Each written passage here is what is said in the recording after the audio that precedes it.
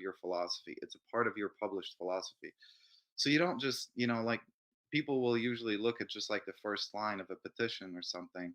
Be like, yeah, that sounds nice. Sure, save the whales. Okay, I don't care what it does to the Japanese economy, right? Save the whales. That to me, that's actually a good enough reason to say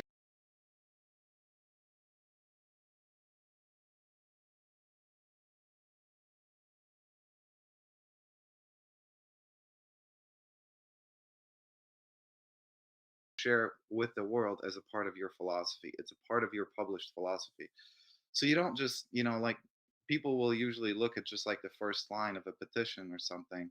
Be like, yeah, that sounds nice. Sure, save the whales. Okay, I don't care what it does to the Japanese economy, right? Save the whales. That to me, that's actually a good enough reason to save the whales. But I'm just saying, or somebody might, sure, let's stop the pipeline, or I don't care what it does to all this. The point is that people have these emotional responses instead of actually analyzing.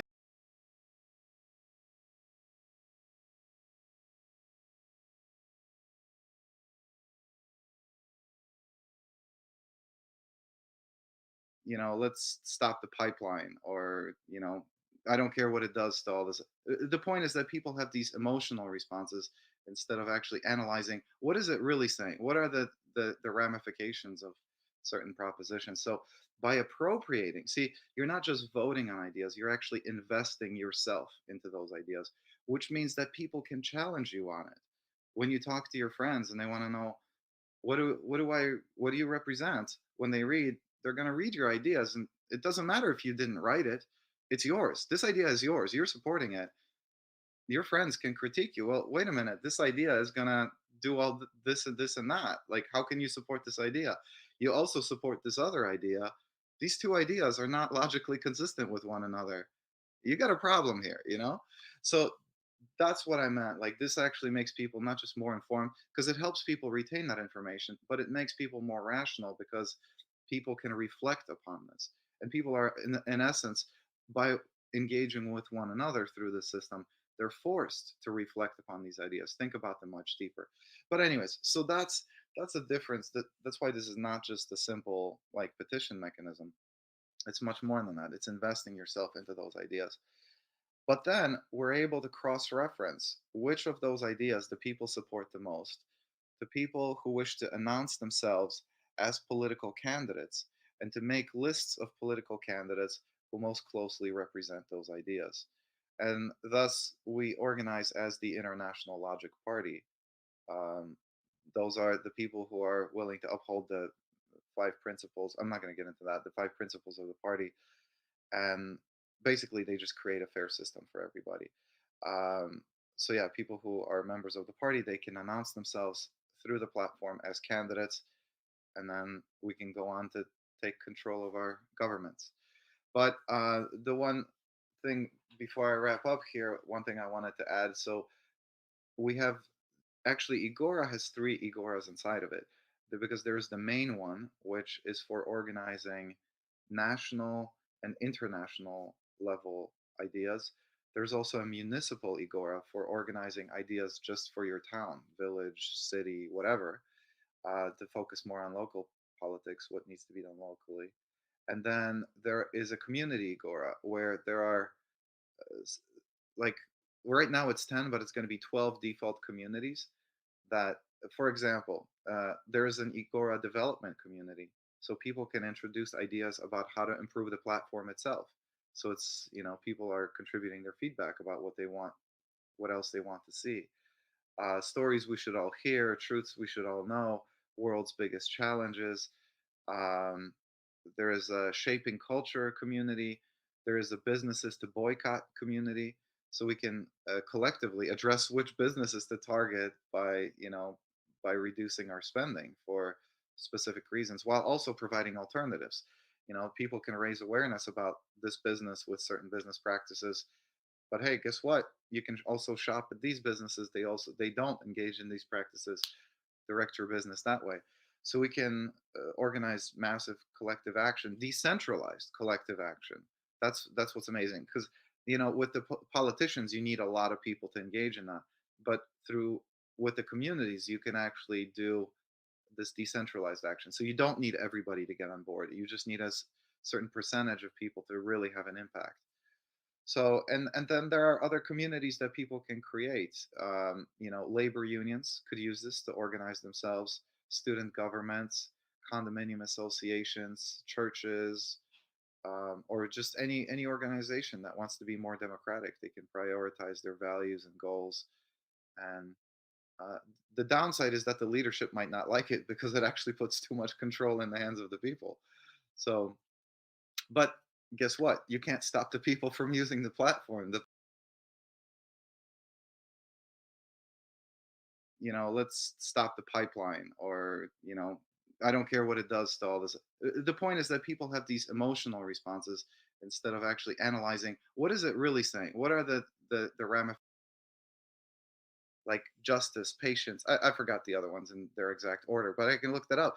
So if you want to, so that's one way, and that's not even all that actionable, other than just for me to be aware, like to kind of get to know myself.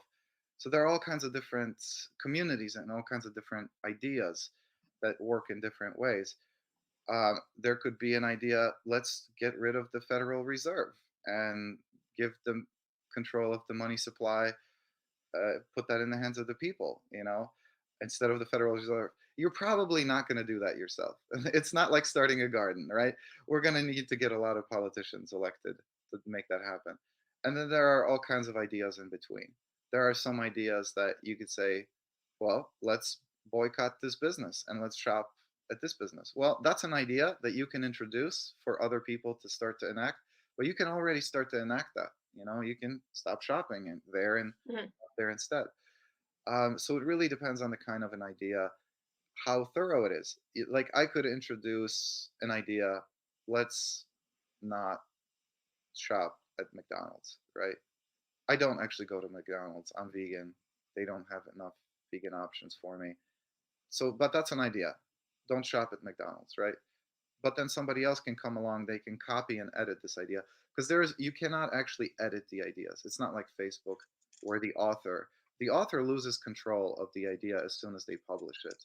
Other people, they can take it. Other people can be like, yeah, great idea, let's not shop at McDonald's. But somebody else can come along, well, that's not, I could make that idea better. And so they copy and edit that idea. They introduce a new idea that's like, don't shop at McDonald's, shop instead at Subway, Burger King, or whatever, any other establishment, maybe for whatever reason, based on their record on animal,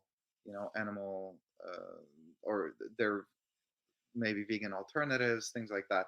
So, so yeah, anyone can take that idea and amend it, and then build support behind that idea instead. Of course, there is a certain point. Maybe there was a spelling mistake in that new version of that idea. Is it worth it to build support behind this new edited idea if it already has a lot of support? That's up to the people to decide. Because the point, these ideas are actually supposed to be. It's not just so we endlessly discuss ideas. It's so that we actually make this stuff real, right? So is it necessary to correct every grammatical and spelling mistake in some ideas? Maybe it is. Sometimes it is. If an idea is full of mistakes, come on, really, who's going to want to support that? So maybe sometimes it is worth it. Other times it's not. Like you publish a book, it has a mistake in it. Well, guess what? 2,000 copies have been printed or something. They kind of just need to be sold. It's a huge.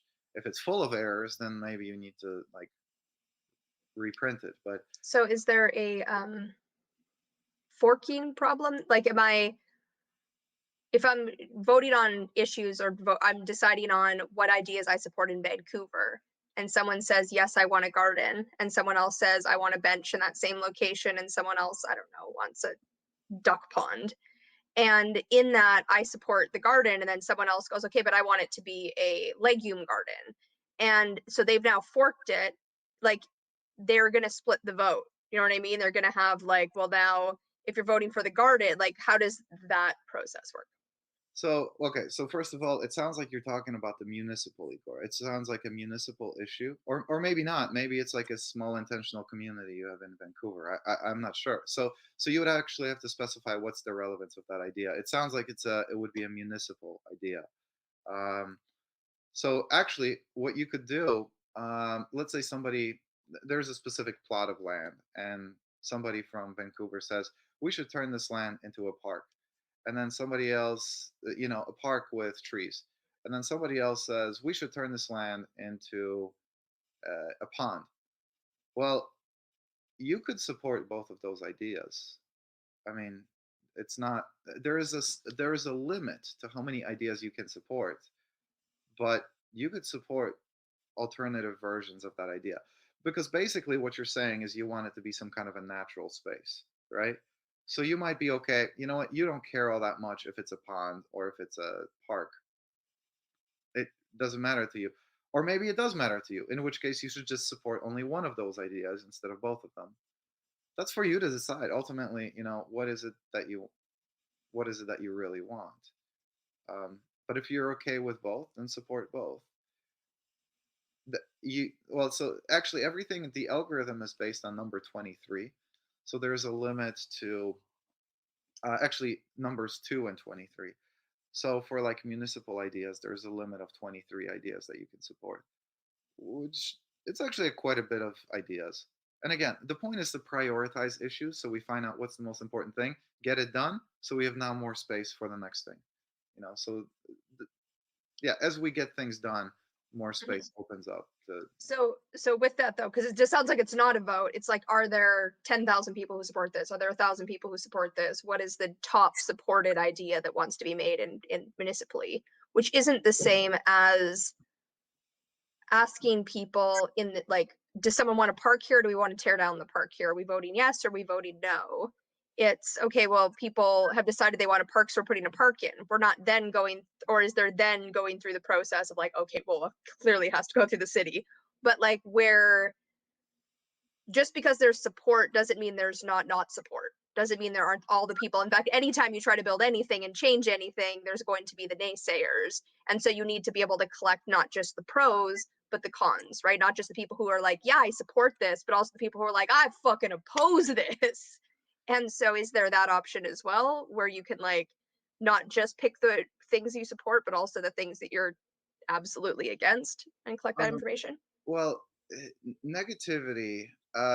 So there are certain tools that we're building into the platform for because everything is positive in a sense, especially in the main Egora. You can only give positive value to ideas. You cannot give negative. Except in the municipal and the community agoras, those are different. So there's actually a way to moderate ideas. The intention for the moderation is not to moderate ideas that you disagree with, although surely some people will do that. The intention is so that people moderate ideas that are just mean or not constructive. Like somebody just says something hateful. Maybe it's like racist or against a certain group of people. So that's the purpose of moderation. Although surely some people will use that to vote against ideas that they like. But there is a certain ratio, so it's not as influential as yeah. It's a ratio of like 6 to 1. You need like a lot more. Um, you need a lot of people to be like against something. So it's only like the most hateful things that would usually get targeted because there's only so many ideas that you can moderate. Um, so that's one way you could potentially do that. Of course, there's the comment section. You can dissuade the supporters of that idea. Tell the supporters of that idea why it's not a good idea. But in general, the main principle that it works on is okay, that's fine if you disagree with it, but give us a better idea. Like, what's a better idea? That's the point.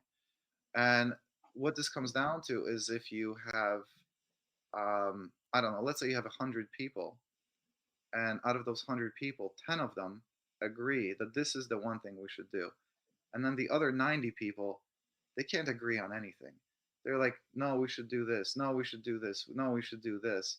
Well, guess what? The 10 people out of the 100 win. And that's a good thing because those people now, of course, on a small level it can be contentious, but generally on a larger society level, like thousands and tens of thousands of people, that's actually a good thing because those are the people who have actually generally those are the people who have studied the issue and they understand that uh, they've been able to make a compromise. They've looked at it rationally. Um, they're not just trying to, yeah, they're not just disagreeing with things. They've actually examined the issue of, and found the best solution. Whereas the other people, okay, they're not just minority actually wins the day, so to speak, because the fact that that everyone else could not mount a meaningful opposition just goes to show that they don't really have a good solution. That's What if can an idea be you're saying that you can't negatively vote on an idea, but so someone wants to put in a park bench, someone wants to put on a duck pond. I want nothing to change ever. That's my idea always. Like, you know what I mean? Like the nothing changes. No, we keep it this way because unless you're going to fix it, unless it's actually going to improve and you can prove that it's going to improve, I don't want to risk the change. Is there a way, because that's probably what the 90% are arguing about, is like which one is the best improvement, which one's going to improve it? Well, that one's not going to improve it because it's going to hinder my eyesight. I don't like that one because it affects my allergies, right? Like it's there are reasons to find out the opposition and find out, well, why are people opposed, and sometimes that opposition is just change is bad for a lot of people, for a large portion of the population. They just don't want change, even though they don't necessarily even know why. They can't propose different change. It's no change that they want. well, not everybody's going to get what they want. Like, none of this is saying that this is going to make everybody happy all the time. Like, that's not the purpose of the system. The purpose of the system is so that people actually have power over their governments instead of the oligarchs. Because otherwise, if it's not the people controlling things, then it's people with money controlling things. Mhm. That's the essential problem here. So this is dealing with my issue with the government and everything else, is that governments are really not designed to solve problems because they can never make everybody happy. They're always going to piss off a huge portion of the population, right? Even if you have 75% of the people agreeing to something, that means you generally have 25% who are opposed to that idea. And they have to get reelected and they have to deal with, like, just because you have an idea that is mostly supported by your populace doesn't mean that it's actually supported by your populace, because you're going to get all of the flack for all of the negative things that come out of implementing that idea, which is generally why governments do very little, and they don't make massive change, and they try to work with the majority, look like they're working for the majority of the population while not pissing off the other side too much, when really they're just working for their rich friends and so on. They don't change until they absolutely have to. Um, yeah, until change becomes irresistible. That's But the idea with this for politics is that it showcases who you vote for, or it showcases a candidate that the populace would most want. so. Keep in mind that the main purpose of this platform, the reason that this platform came into being, is to facilitate and make possible, really, the organization of the International Logic Party. Like, that's actually the initial idea behind all of this, and it started out with Logic Party. A party that just tries to be logical. It it's not about ideology. It's just about the process and about the value of rationality. That's the whole idea. Of course, it became international because it became obvious very quickly that if something is going to be logical, then it has to be open to input from anywhere. So anyone should be able to participate in this, right? So that's why Logic Party is international. It logically has to be. So in a way, it's kind of redundant to say it's international because logic would imply that it's international. But whatever, it's just to be a little bit more clear. So that's the purpose of this platform. It's to facilitate the most logical process of democratic organizing. This system is biased heavily towards rationality. It's not just popular opinion, because the primary reason, that the full purpose of the algorithm is not just what is the number one idea. Like, that's fine if a bunch of people like this idea. That doesn't mean that they're, let's stop the pipeline, or, I don't care what it does to all this. The point is that people have these emotional responses instead of actually analyzing what is it really saying. What are the ramifications of certain propositions. So by appropriating, see, you're not just voting on ideas, you're actually